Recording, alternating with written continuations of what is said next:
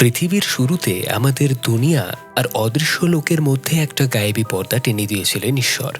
কিন্তু যুগে যুগে মানুষ তার হীন স্বার্থ চরিতার্থ করার জন্য এই পর্দার মধ্যে একটা চিত্র তৈরি করেছে। আর ওই অন্ধকার দুনিয়ার অপদেবতাদের উপাসনা করার কারণে অপদেবতারা আমাদের দুনিয়ায় বারংবার প্রভাব ফেলেছে। মিশরের মরুভূমির ওপরে পিরামিডের যেটুকু অংশ দেখা যায় তার থেকে আরও অনেক রহস্য এটার নিচে লুকানো আছে। এই পিরামিডের নিচে দাফন হওয়া অনেক অপদেবতাদের শক্তি সম্পর্কে আজকের সভ্যতা একেবারেই অবগত নয়। আজকের মুভির গল্পটা একদম অন্যরকম, তাই এক্ষুনি ঘরের লাইটটা বন্ধ করে কানে ইয়ারফোন গুঁজে একদম তৈরি হয়ে যাও, কারণ আজকে এক্সপ্লেন করতে চলেছি লি কার্নিনের দ্য মামি। গল্পের শুরুতে আমাদের খলিল পরিবারকে দেখানো হয়, সাথে তাদের দুই ছেলে আর এক মেয়ে লায়লা খলিল, যারা খুব আনন্দ করতে করতে বাসায় ফিরছিল। কিন্তু তাদের মা হায়াতের মুখে কোনো হাসি নেই। গাড়ির রেডিওতে বাজতে থাকা গানটা বন্ধ করে দিয়ে এসে বলে, এই গানটা আমার মাথা ধরিয়ে দিচ্ছে। তাকে দেখেই বোঝা যাচ্ছে আজকের দিনটাতে সে কোনো একটা কারণে গভীর চিন্তার মধ্যে পড়ে গেছে। খলিল পরিবার বাসায় ফিরে আসলে লায়লা তাদের পোষা পাখিটাকে খাবার দিতে গেলে দেখে পাখিটা আধমরা অবস্থায় সেখানে পড়ে আছে, আর পাখিটার মুখ থেকে রক্ত বের হয়ে পুরো জায়গাটা রক্তাক্ত হয়ে গেছে। লায়লা তার মাকে অনবরত বলতে থাকে পাখিটাকে বাঁচানোর জন্য, কিন্তু পাখিটাকে বাঁচানো আর কোনোভাবেই সম্ভব নয়। অগত্যা পাখিটাকে হত্যা করে হায়াত তার কষ্ট কিছুটা লাঘব করে দেয়।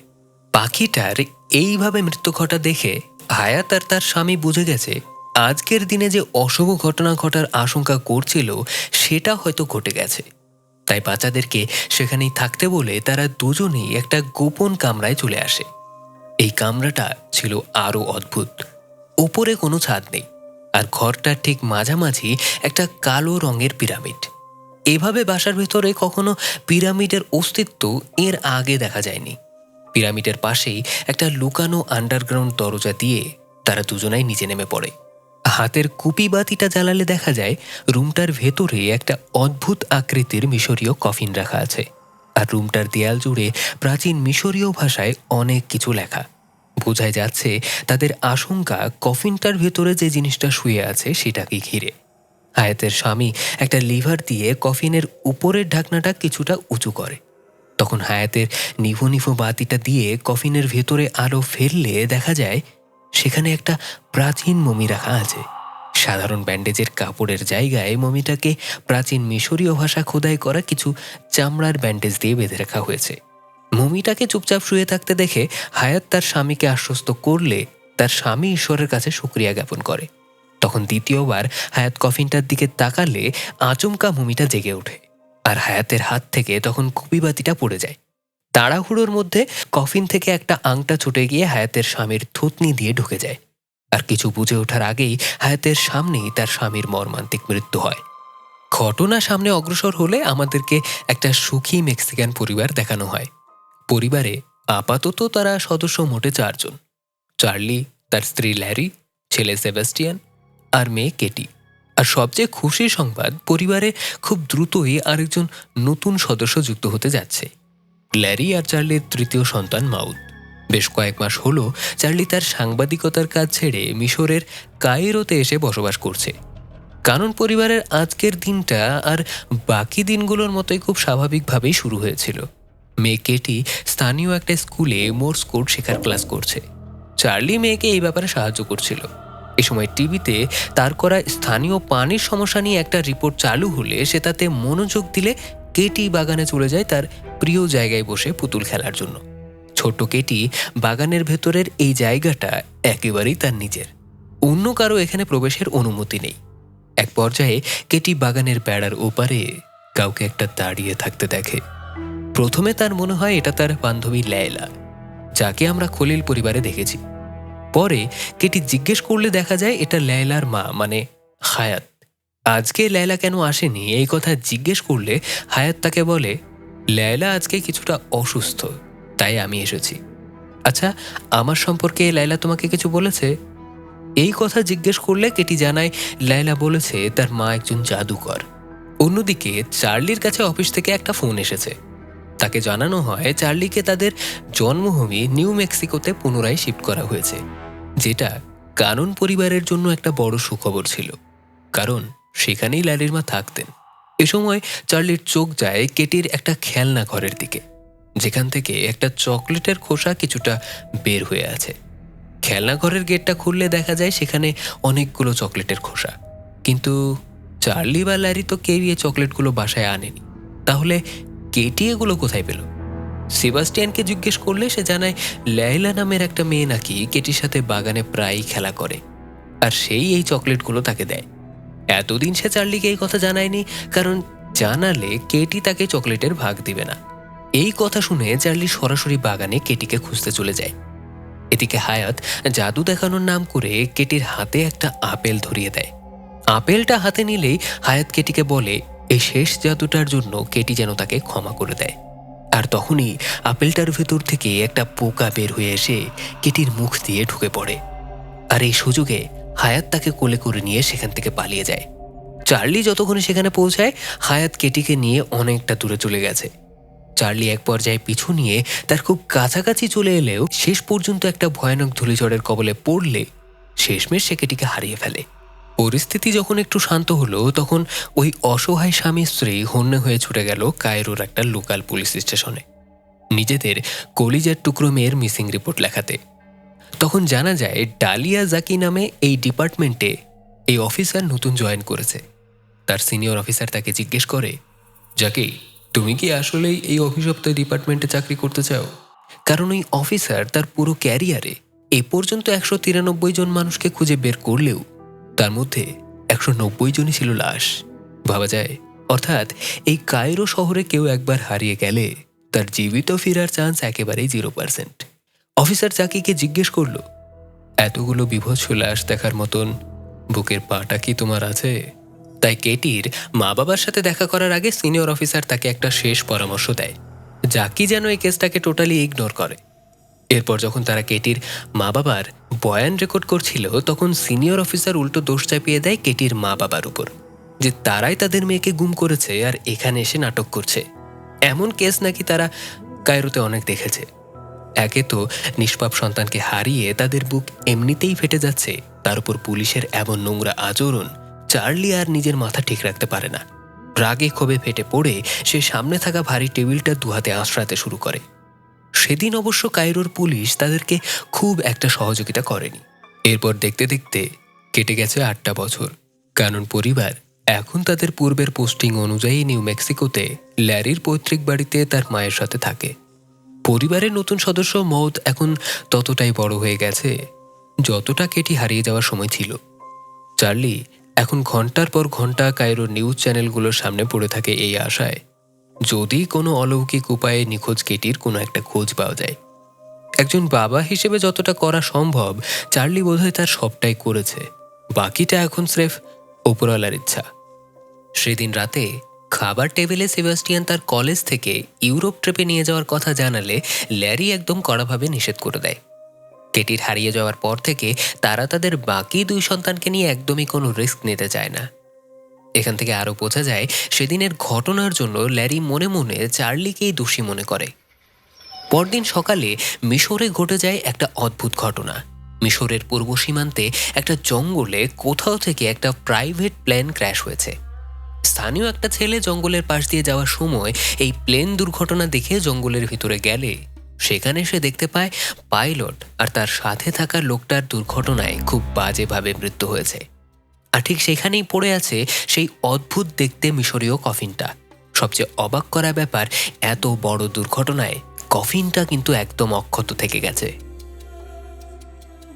প্লেন ক্র্যাশের খবরটা চারিদিকে ছড়িয়ে পড়লে সরকারি আর্কিওলজিস্টদের একটা দল এসে সেই কফিনটা উদ্ধার করে নিয়ে আসে, কিন্তু কিছুতেই এমআরআই বা সিটি স্ক্যান করেও কফিনের ভেতরে কি আছে সেটা বোঝা যাচ্ছিল না।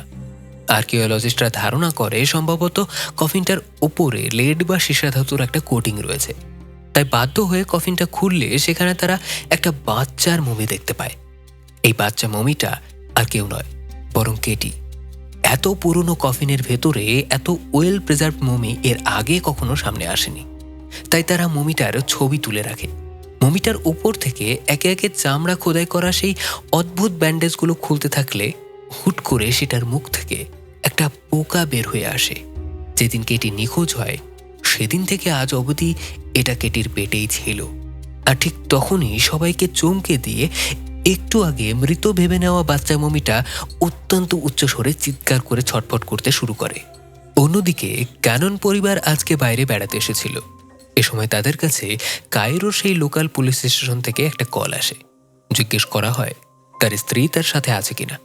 তারপর জানানো হয় তাদের মেয়ে কেটিকে খুঁজে পাওয়া গেছে, আর তাও আবার জীবিত অবস্থায়। কিন্তু এটা যতটা না ঈশ্বরের আশীর্বাদ বলে মনে হচ্ছিল, তার থেকেও কানন পরিবারের জন্য অভিশাপে ছিল বেশি। নিউজ পেয়ে তারা পরদিনই কায়রোতে চলে আসে। হাসপাতালের করিডোরে তাদের সামনে এসে দাঁড়ায় স্পেশালিস্ট সাইদ। তার চোখে মুখে স্পষ্ট আতঙ্কের ছাপ। স্পেশালিস্ট সাইদ তাদের জানায় তারা এখন যেটা দেখতে চলেছে তার জন্য তাদের মনকে শক্ত করতে হবে। বহুদিন ধরে আলো থেকে দূরে থাকার কারণে কেটির শরীরের চামড়া নষ্ট হয়ে গেছে। আর তার চেয়েও ভয়ানক ব্যাপার, মেয়েটা এখন আর মানুষের মতন আচরণ করছে না। সে মাঝে মাঝে অদ্ভুত আওয়াজ করছে আর অজ্ঞান হয়ে যাচ্ছে। তারা এখনো জানে না কেটির সাথে আসলে কি হয়েছে। এই হাসপাতালের ইতিহাসে এটা একটা বিরল কেস। 8 বছর ধরে একটা বাচ্চা মেয়ের প্রাচীন কফিনের ভেতর বেঁচে থাকাটা আপাতত ঈশ্বরের অলৌকিক ক্ষমতা ছাড়া আর কিছুই বলা যাচ্ছে না।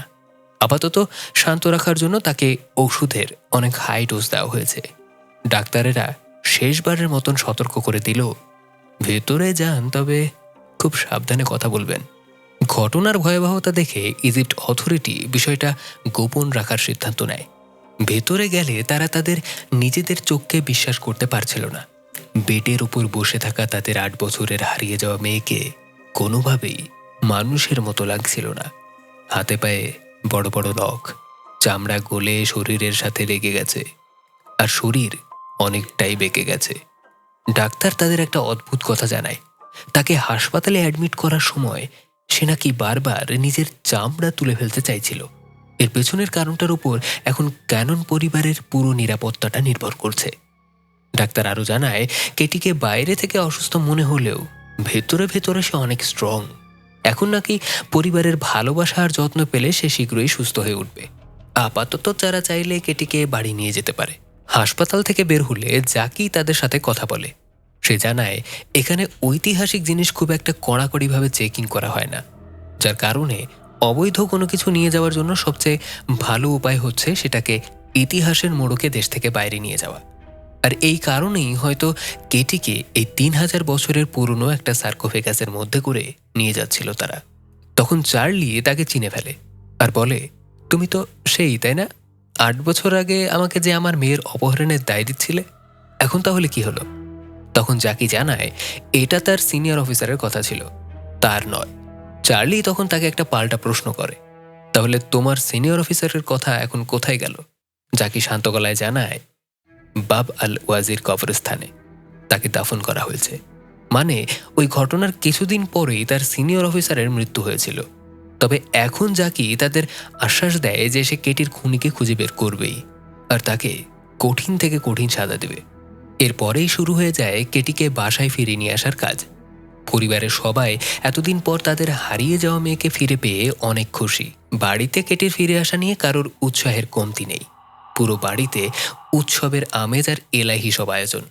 কিন্তু সবার আগ্রহের সমাপ্তি ঘটে যখন কেটি বাসায় পা রাখে।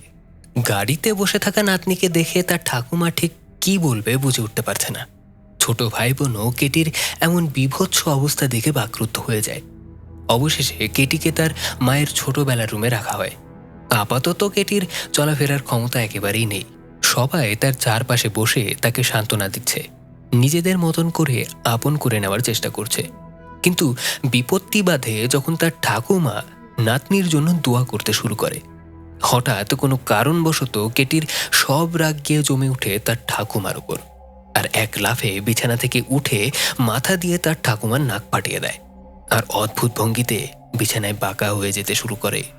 এই অবস্থা দেখে মনে হচ্ছিল কেটির অসুস্থতাটা কি শারীরিক জটিলতা, নাকি তার ভেতরে ভেতরে অন্য কোনো কিছু তার শরীরে বাসা বেঁধেছে। কেটির বাসায় ফেরার পর থেকে ল্যারি তার সবটুকু দিয়ে চেষ্টা করছে মেয়েকে আবারও একবার স্বাভাবিক জীবনে ফেরানোর জন্য।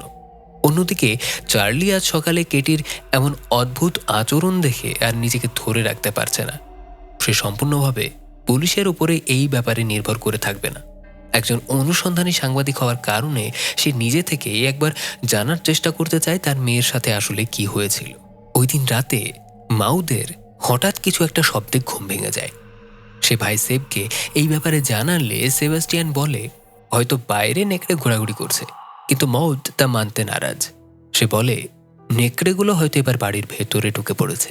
তাদের মধ্যে এই কথা হওয়ার সময় হঠাৎই রুমের ভেতরে একটা বড় সড় রকমের আওয়াজ হয়। এইবার এই আওয়াজটা তারা দুইজন সহ চার্লিও শুনতে পেয়েছে। শব্দটার উৎস রুমের সাথে লাগানো একটা ছোট দরজার উপারে একটা করিডোর। মনে হচ্ছে কিছু একটা ওটার ভেতর দিয়ে দৌড়াচ্ছে। চার্লি কেটির রুমে গেলে দেখে সেখানে ল্যারি একাই ঘুমিয়ে আছে। তার পাশ থেকে কেটি কোথাও একটা চলে গেছে। এদিকে ছোট দরজার ওপারে যে জিনিসটা দৌড়াচ্ছিল এবার সেটা দরজা দিয়ে বাইরে বের হয়ে আসতে যাচ্ছে। আর তখনই ঘরে প্রবেশ করে চার্লি আর ল্যারি। দরজাটা খোলা মাত্রই কেটি তাদের সামনে দিয়ে দৌড়ে এপাশ থেকে ওপাশে চলে যায়। ল্যারি আর চার্লি তখনই করিডোরের ভেতরে ঢুকে কেটির পিছু নেয়। একসময় তারা দেখে কেটি পুরনো জিনিসপত্রের মধ্যে বসে একটা বিচ্ছু চিবিয়ে খাচ্ছে। দ্রুত তাকে বের করে নিয়ে এসে চার্লি তাকে জোর করে সেই বিচ্ছুটা বমি করিয়ে দেয়। সবাই এখনো ভাবছে কেটির মানসিক অবস্থা স্বাভাবিক না হয় সে এই সব কাজ করছে। এই হাড় হিম করা দৃশ্যটা সেবাস্টিয়ান আর মউদের মনে একটা গভীর কুপ্রভাব ফেলেছিল, যা তারা সহজে ভুলতে পারবে না। কেটি বাসায় আসার পর থেকে কানন পরিবারের জন্য অস্বাভাবিক ঘটনা যেন নিত্যদিনের ব্যাপার হয়ে চলেছে। এই যেমন আজ সকালের কথা, সেবাস্টিয়ান আর মউদকে স্কুলে রাখতে গেলে কোথা থেকে যেন একদল নেকড়ের পাল তাদের পথ আটকিয়ে দাঁড়িয়ে থাকে। সেগুলোকে সরিয়ে স্কুলে পৌঁছালে চার্লি সবাইকে বলে কালকের ঘটনাটা ঘটার পর থেকে আমি জানি সবকিছু স্বাভাবিকভাবে নেওয়া এত সহজ হবে না, কিন্তু আমাদেরকে কেটির জন্য এটা করতে হবে। মউদ চলে গেলে সেবাস্টিয়ান তার বাবাকে প্রশ্ন করে কেটির আসলে কি হয়েছে। তখন চার্লি তাকে জানায় সে এখন কিছুই জানে না, শুধু জানে সে অসুস্থ। এদিকে মা ল্যারি আর ঠাকুমা নাতনিকে গোসল করানোর জন্য নিয়ে এসেছে। ঠাকুমার আগে একটা পার্লার ছিল, তাই তারা চেষ্টা করছে বাসাতেই যদি কেটিকে কিছুটা স্বাভাবিক অবস্থায় নিয়ে আসা যায়। কিন্তু ল্যারি যখনই ওর পায়ের নখ কাটতে গেল পুরো নখ সমেত গোড়ালি থেকে হাঁটু পর্যন্ত চামড়া উঠে চলে আসলো, যেটা দেখে মা আর ঠাকুমা দুজনেই স্তব্ধ হয়ে যায়। বুঝে উঠতে পারে না তারা এটা কি করে ফেলল। আর তৎক্ষণাৎ কেটি ওদের দুজনকে ধাক্কা মেরে সরিয়ে দিয়ে সেখান থেকে পালিয়ে যায়। উপরে চার্লি তখন কেটির রুম পরিষ্কার করছিল। এ সময় সে খেয়াল করে কার্পেটের নিচে কিছু পচা গলা চামড়া পড়ে আছে, যেগুলো থেকে খুব দুর্গন্ধ বের হচ্ছে। কিন্তু এই বিভৎস জিনিসগুলো এখানে কোথা থেকে আসলো চার্লি তার কিছুই বুঝে উঠতে পারছে না।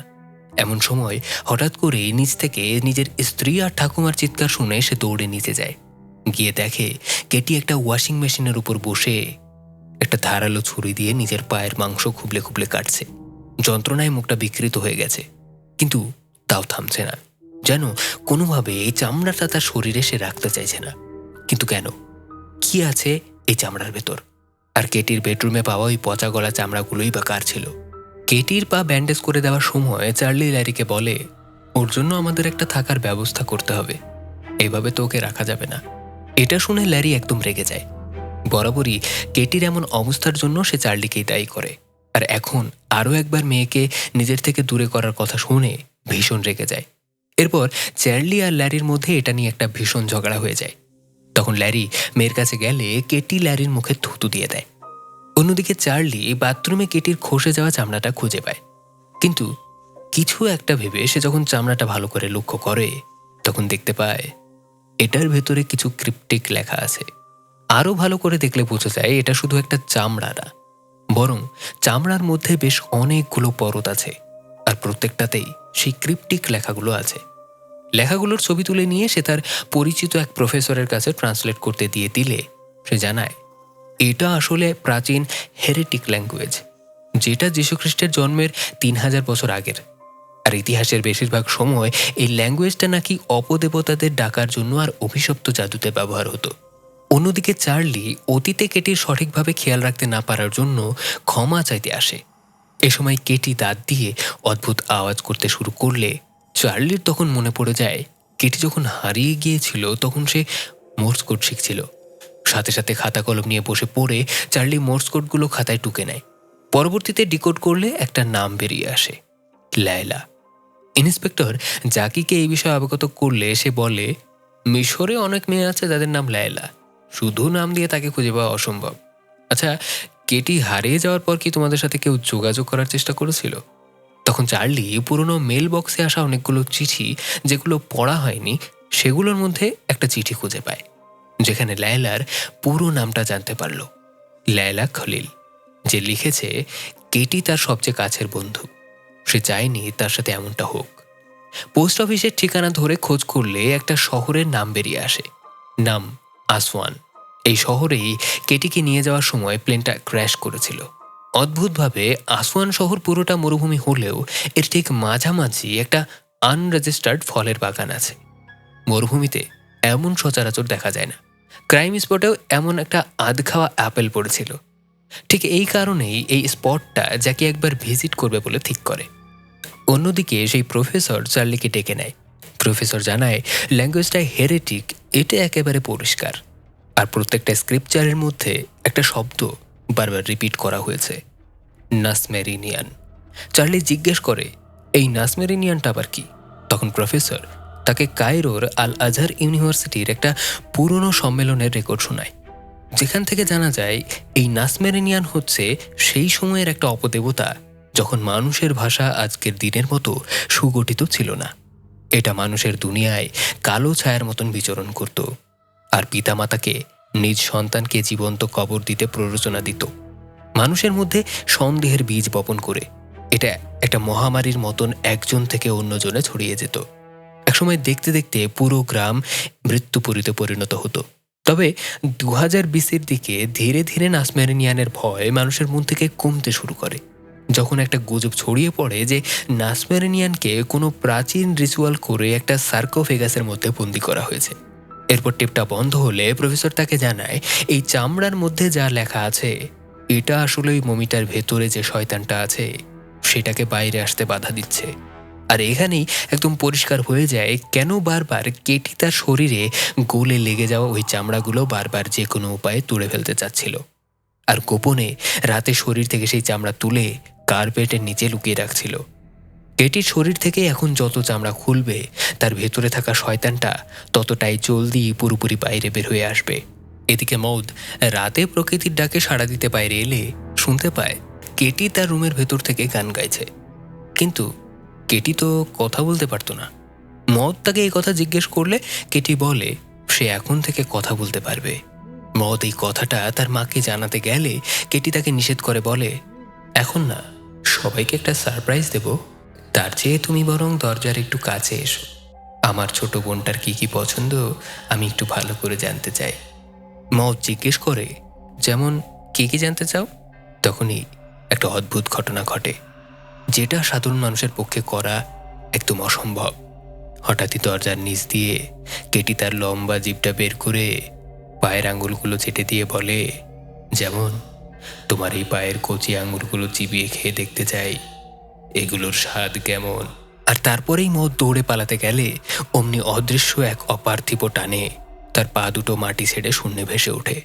মদ ছটফট করতে থাকলে ততক্ষণে অনেক দেরি হয়ে গেছে।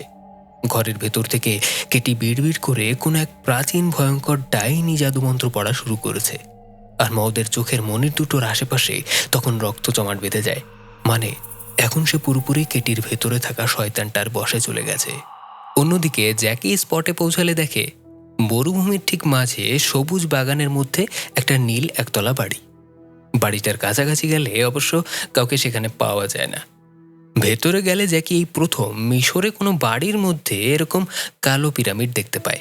ভেতরে নামলে জ্যাকি বুঝে যায় এখানে কোনো ডার্ক রিচুয়াল করা হয়, আর সম্ভবত এটাই কেটির অপহরণকারীর সাথে কোনোভাবে কানেক্টেড।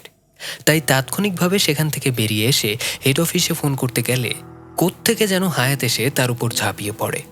জ্যাকি আত্মরক্ষার জন্য গুলি চালিয়ে দেয়। ঠিক সেই সময় সেখানে এসে উপস্থিত হয় লায়লা। পরিস্থিতির ভয়াবহতা দেখে সে প্রাণপণে ছুটতে শুরু করে। জ্যাকি তার পিছু নিলে একসময় সে দেখতে পায় লায়লা তার হাত দিয়ে অনবরত মাটি খুঁড়েই চলেছে। জ্যাকি তাকে কয়েকবার থামতে বললেও সে মাটি খোঁড়া চালিয়ে যায়। আর এক সময় একটা টিনের বাক্স বেরিয়ে আসলে সে ক্ষান্ত হয়। বাক্সটা খুললে দেখা যায় সেখানে একটা ভিডিও টেপ রাখা আছে, যেটার উপর কেটির নাম লেখা। মানে কেটির সাথে যা হয়েছে সেই সবটা এই টেপের মধ্যে আছে। কিন্তু লায়লা এই জিনিসটা তো নিজের মুখেও স্বীকার করতে পারত, কিন্তু কেন করল না? এর পেছনে একটা মর্মান্তিক কারণ আছে, যেটা একটু পরেই জানা যাবে। সেদিন রাতে মদের সাথে যা হয়েছে, তারপর আজ সকালে স্কুলে এসে সে অদ্ভুত একটা কর্কশ আচরণ করা শুরু করেছে। স্কুলের ম্যাডামকে রীতিমতো বিশ্রী ভাষায় গালাগাল দিয়ে দেয়, যেন ও কোনো ছোট বাচ্চা না, অন্য কিছু। চার্লি কেটিকে আজকে পিক আপ করতে আসলে স্কুল থেকে তাকে বেশ অনেকগুলো কথা শুনিয়ে দেওয়া হয়। কিন্তু পরিবারের এমন নাজুক পরিস্থিতিতে চার্লি স্কুলের এই ঘটনাটা সেবাস্টিয়ানকে তার মাকে জানাতে নিষেধ করে। স্কুল থেকে বের হয়ে আসার পর মাউথের অবস্থার এখনো কোনো পরিবর্তন হয়নি। সে মনে মনে ফিসফিস করে খিস্তি দিয়েই চলেছে। এদিকে তার ঠাকুমা কেটির অবস্থার উন্নতির জন্য তার রুমের ভেতরে ঈশ্বরের কাছে প্রার্থনা করতে থাকে। হঠাৎ করে কেটি কি মনে করে এক লাফে তার ঠাকুমার উপর উঠে পড়ে। প্রাণ বাঁচাতে ঠাকুমা লাঠি দিয়ে কেটিকে দূরে সরিয়ে ঘর থেকে বেরিয়ে যেতে গেলে কেটি রুমের দরজা বন্ধ করে দেয়। আর সেই সময় চার্লিদের গাড়ি এসে দাঁড়ায় বাসার নিচে। আর কেটি জানালা দিয়ে ঠাকুমাকে ছুঁড়ে ফেলে দিলে বিকট এক আওয়াজে ঠাকুমার দেহটা এসে আশ্রয় পড়ল ঠিক চার্লিদের গাড়ির ছাদের উপর। চোখের সামনে নিজের ঠাকুমার এরকম মর্মান্তিক মৃত্যু দেখে একটা বাচ্চার কাঁদা উচিত, কিন্তু না। অদ্ভুতভাবে মদ গাড়ির ভেতর খিলখিল করে পৈশাচিক ভঙ্গিতে হাসতে থাকে। জানালা ভাঙার আওয়াজ পেয়ে ল্যারি দৌড়ে যায় কেটির রুমে। জানালা দিয়ে উকি দিলে সে যেটা দেখে তা যে কোনো স্বাভাবিক মানুষের সহ্য ক্ষমতার একদম বাইরে। কোত্থেকে যেন এক ঝাঁক ক্ষুধার্ত নেকড়ে ছুটে এসে মদের ঠাকুমার নিথর দেহটাকে ছিঁড়ে খুঁড়ে খাচ্ছে। ঘটনার ভয়াবহতায় আরেকটা নতুন মাত্রা যোগ করেছে এই নেকড়েগুলো। একটু আগেও এসব নেকড়ের কোনো নামগন্ধ ছিল না। আর গাড়ির ভেতর থেকে মদের সেই অদ্ভুত হাসি পরিবেশটাকে আরো অস্বস্তিকর করে তুলেছে। ল্যারির পক্ষে নিজের মায়ের এরকম মর্মান্তিক মৃত্যু মেনে নেওয়া জগতের অন্য সবকিছু চাইতে কঠিন ছিল। তবে একটা বিষয় সে জানত, তার মা আর যাই হোক স্বাভাবিকভাবে নিচে পড়ে যায়নি। এদিকে ইন্সপেক্টর জাকি লায়লাকে কথা বলার জন্য ফোর্স করলে দেখা যায় আগে থেকেই কেউ একজন লায়লার জিভ কেটে দিয়েছে। জাকি প্রশ্ন করলে জানা যায় একবার লায়লা সত্যিটা সবাইকে জানিয়ে দিতে চেয়েছিল, আর সেই কারণেই তার মা শাস্তিস্বরূপ তার জিভ কেটে দিয়েছে। কি সেই সত্য জাকি জিজ্ঞেস করলে লায়লা কোনো রকমে তাকে জানায় কেটিকে ওই সার্কোফেগাস থেকে কখনো বের করাই উচিত হয়নি। কিন্তু তারা যে ভ্যালিটাতে থাকে সেটা খুব শীঘ্রই বন্যার পানিতে ডুবে যেতে চলেছে, যার কারণে লায়লার ভাইরা আর কোনো উপায় না পেয়ে এই কফিনটা ওই এলাকা থেকে সরিয়ে ফেলতে চেয়েছিল। কিন্তু বাকি কথা জানতে চাইলে লায়লা কিছু কাগজ আর কলম চায়। এরপর লায়লা পুরো ঘটনাটা কাগজে লিখে ইন্সপেক্টর জাকিকে জানিয়ে দেয়। ইন্সপেক্টর জাকি তাৎক্ষণিকভাবে চার্লির সাথে যোগাযোগের চেষ্টা করলে চার্লির ফোনটা ব্যস্ত পাওয়া যায়। তাই একটা ভয়েস মেসেজ দিয়ে জাকি চার্লিকে জানিয়ে দেয় কেসের সাথে সংশ্লিষ্ট খুব গুরুত্বপূর্ণ একটা বিষয় নিয়ে চার্লির সাথে তার তখনই দেখা করা প্রয়োজন ছিল। সে তাকে কিছু একটা দেখাতে চায়। পরদিন চার্লিরা সেবাস্টিয়ানের ঠাকুমার ফিউনারাল পার্টির আয়োজন করে। চারপাশের পরিবেশটা কেমন যেন থমথমে আর ভারী। উপস্থিত মেহমানরা ঠাকুমার এরকম হঠাৎ মৃত্যুতে বেশটা ধাক্কা খেয়েছে, কিন্তু আসল রহস্য তো উপরের ঘরে। মেহমানরা যাতে কিছু টের না পায় সেজন্য কেটিকেও উপরের একটা রুমে তালা বন্ধ করে রাখা হয়েছে। আর দরজার বাইরে চার্লি আর সেবাস্টিয়ান পালা করে পাহারা দিচ্ছে। কিন্তু আসল শিউরে ওঠার মতন কাণ্ডটা ঘটায় ছোট্ট মাউথ।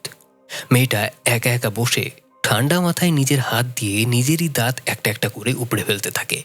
আর সবকটা দাঁত যখন উপড়ে রক্তারক্তি অবস্থা, সে সোজা চলে যায় তার ঠাকুমার লাশের কাছে। মৃতদেহের মুখ থেকে নকল দাঁতটা খুলে নিজের মুখে পুরে নেয়। তারপর ল্যারি আর চার্লির দিকে তাকিয়ে একটা বিভৎস হাসি দেয়। ঠিক তখনই এক মেহমানের সাথে ওর ধাক্কা লাগে, আর মুহূর্তেই মদ জন্তুর মতন তার উপর ঝাঁপিয়ে পড়ে কামড়ে তার কান ছিঁড়ে নেয়। চারিদিকে চিৎকার শুরু হয়ে যায়। আর ঠিক এই হাড়হিম করা মুহূর্তে উপর থেকে একটা বিকট শব্দ হয়। মড়মড় করে দ্বিতীয় তলার কাঠের মেঝে ফুটো করে কেটে সোজা গিয়ে পড়ে ঠাকুমার কফিনটার ভেতর। আর তারপর সে পাগলের মতো ঠাকুমার লাশটাকে কামড়ে কামড়ে খেতে শুরু করে। এই বিভৎসতা দেখে মেহমানরা যে যেদিকে পারে চিৎকার করতে করতে বাড়ি ছেড়ে পালিয়ে যায়। পরিস্থিতি সামলাতে সেদিন রাতে কেটিকে একটা হুইল চেয়ারের সাথে শক্ত করে বেঁধে রাখা হয়। কিন্তু যত সময় যাচ্ছে কেটির শরীরের ভেতরে থাকা সেই নাসমেরিনিয়ান শয়তানটা ততটাই মারাত্মক শক্তিশালী হয়ে উঠছে। এমনকি উপরের ঘরে থাকা সেবাস্টিয়ানের মগজেও সে নিজের কালো থাবা বসাতে শুরু করেছে। অশুভ শক্তিটা এখন এতটাই ভয়ঙ্কর যে বন্দি কেটিকে হুইল চেয়ার সমেত আঁচড়াতে শুরু করেছে। চারিদিকে একটা চরম আতঙ্ক। ঠিক তখনই বাড়িতে এসে বেল বাজায় ইন্সপেক্টর জাকি। তার হাতে হায়াতের বাড়ি থেকে পাওয়া সেই ক্যাসেটটা চালু করলে দেখা যায় হায়াত কেটির সাথে যা করেছে সেটার একটা ভিডিও করে রেখেছে। ভিডিওতে হায়াতকে বলতে দেখা যায় সেই অঙ্গলার অন্ধকারের লক্ষণগুলো আবারও ফুটে উঠেছে। এই নিয়ে তাদের ৮২তম মমি করার সময় চলে এসেছে। যেহেতু সে পরিবারের সবচেয়ে বড় সন্তান, তাই এই দায়িত্বটা তার উপর অর্পণ করা হয়েছে। আর সে আগামী প্রজন্মের জন্য এই ভিডিওটা রেখে যাচ্ছে, যাতে পরবর্তীতে তাদের ভবিষ্যৎ প্রজন্ম জানতে পারে কিভাবে এই অপদেবতাকে একটা শুকনো মমি থেকে অন্য আরেকটা জলজন্ত নতুন শরীরে প্রবেশ করাতে হয়। আর এরপরেই রিচুয়াল শুরু হলে আগের মমিটার শরীর থেকে ওই শয়তানটা কেটির শরীরে মুখ দিয়ে ঢুকে পড়ে। অন্যদিকে কেটির পাশের রুমে থাকা সেবাস্টিয়ান করিডোরের ছোট দরজা ভেঙে কেটিকে হুইল চেয়ার থেকে মুক্ত করে দেয়। আর তখনই কেটির শরীরে থাকা অবশিষ্ট মন্ত্র লেখা সেই চামড়া কেটি তুলে ফেলে। আর এই মুহূর্ত থেকে কেটিকে নিয়ন্ত্রণ করা একেবারেই অসম্ভব হয়ে পড়বে। রিচুয়াল শেষ হলে কেটিকে ওই মন্ত্র লেখা চামড়াগুলো পেঁচিয়ে কালো সার্কোফেগাসের মধ্যে দাফন করে দেওয়া হয়। মূলত এই রিচুয়ালের মাধ্যমে শতাব্দীর পর শতাব্দী এই শয়তানটাকে একটা দেহের মধ্যে বন্দি রাখা হতো। আর এই বন্দি রাখার কাজটা হায়াতের পরিবার বংশ পরম্পরায় করে আসছে। কিন্তু ওই দিনের প্লেন দুর্ঘটনার কারণে কেটি মুক্ত হয়ে যায়, আর তার সাথে সাথে শয়তানটাও দুনিয়াতে এখন মুক্তভাবে বিচরণ করছে। কেটির গায়ে লেগে থাকা সেই মন্ত্রগুলো এতক্ষণ অবধি যতটুকু শয়তানটাকে নিয়ন্ত্রণ করতে পারছিল সেটাও এখন আর নেই। ভালো হতো যদি কেটি আর কখনোই ফেরত না আসতো। ঘটনার বিভৎসতায় আরেকটা মাত্রা যোগ করেছে একদিন আগে মারা যাওয়া সেবাস্টিয়ানের ঠাকুমা। আজকে রাতে হঠাৎ করে কফিনের ভেতর থেকে সে বের হয়ে এসেছে। চার্লি মুখ ঘুরিয়ে পেছনে তাকালে দেখতে পায় ঠাকুমা টেবিলের উপর বসে গতকালের পচে যাওয়া খাবারগুলো গপ গপ করে গিলে খাচ্ছে। চার্লিকে দেখে সে একটা বিভৎস হাসি দেয়। এ সময় দৌড়ে উপরের ঘরে গেলে দেখা যায় কেটির ভেতর থেকে এখন শয়তানটা পুরোপুরি বাইরে বের হয়ে গেছে। চার্লিকে দেখা মাত্রই সে চার্লির উপর দৌড়ে এসে ঝাঁপিয়ে পড়ে আর মাথা দিয়ে বাড়ি দিয়ে চার্লির মুখ একদম রক্তাক্ত করে দেয়। ইন্সপেক্টর জাকি সাহায্যের জন্য এগিয়ে গেলে তাকেও সিঁড়ি থেকে নিচে ফেলে দেয়। কোনো উপায় না পেয়ে ল্যারি ঘুমের ইঞ্জেকশন খুঁজতে গেলে তাকে ওই রুমের ভেতরেই আটকে ফেলে শয়তানটা। আর এখানে এখন সেবাস্টিয়ান একটা বেসবল ব্যাট হাতে করে মারমুখী হয়ে দাঁড়িয়ে আছে।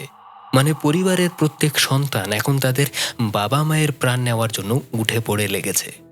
এদিকে ইন্সপেক্টর জাকি নিচে পড়ে গেলে ঠাকুমা তার গলা চেপে ধরে। আর এই সময়ে ঠাকুমার মুখ থেকে একটা জ্যান্ত বিচ্ছু বের হয়ে জাকির মুখ দিয়ে ঢুকে পড়ে। কিছুক্ষণ পরে সেটা তার কণ্ঠনালী ফুটো করে বের হয়ে আসে। জাকির কণ্ঠনালীর উপর আক্রমণ করার একটাই কারণ, জাকি ওই রিচুয়ালে ব্যবহার হওয়া মন্ত্রগুলো জানত এবং কোনোভাবে সেটা বলে দিলে শয়তানটা দুর্বল হয়ে যেত। কোনোভাবে সিঁড়ি দিয়ে জাকি উপরে উঠে আসলে চার্লি তাকে নিয়ে একটা রুমের ভেতর ঢুকে পড়ে। আর এই সময়ে চার্লি একটা কঠিন সিদ্ধান্ত নেয়।